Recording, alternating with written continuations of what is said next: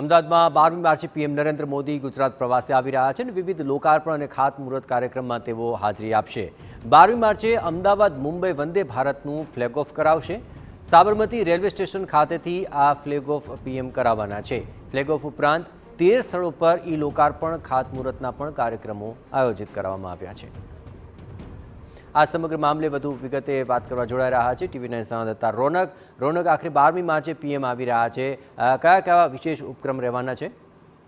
બિલકુલ થી 12 માર્ચે વડાપ્રધાન વધુ એક વખત ગુજરાત અને અમદાવાદની મુલાકાતે છે, ત્યારે પીએમ મોદીનો ડ્રીમ પ્રોજેક્ટ એવા ગાંધી આશ્રમનું જે નવીનીકરણ છે તેના ખાતમુહૂર્ત સહિતના કાર્યો તો કરવાના જ છે।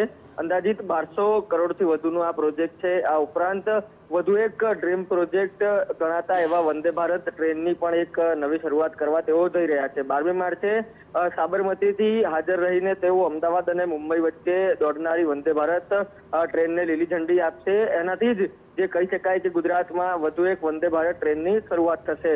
ન માત્ર ટ્રેનની શરૂઆત પરંતુ અનેક એવા જે રેલવેને લગતા કામો છે તેના પણ લોકાર્પણ અને ખાતમુહૂર્તના કાર્યક્રમો તેઓ કરવાના છે। સાબરમતી રેલવે સ્ટેશન આગળથી જ તેઓ 13 જેટલા સ્થળો ઉપર વર્ચ્યુઅલ લોકાર્પણ અને ખાતમુહૂર્તના કાર્યો કરશે। મહત્વનું છે કે પાછલા દિવસોમાં પણ જે રેલ વિભાગનો એક મોટો કાર્યક્રમ યોજાયો હતો તેમાં અમદાવાદ રેલવે સ્ટેશનના નવીનીકરણ સહિતના જે કાર્યો છે તે થયા હતા, ત્યારે હવે 12મી માર્ચે વડાપ્રધાનના હસ્તે અમદાવાદ મુંબઈ વચ્ચે જે દોડનારી વંદે ભારત ટ્રેન તો છે જ, પરંતુ અનેક એવા જે કાર્યક્રમો છે જેમાં વડાપ્રધાન હાજરી આપીને વર્ચ્યુઅલ લોકાર્પણ અને ખાતમુહૂર્તના કાર્યક્રમો કરશે। ત્યારે આગામી લોકસભા ચૂંટણી પહેલા આ જે તમામ કાર્યક્રમો છે તે ખૂબ મહત્વના હાલ માનવામાં આવી રહ્યા છે।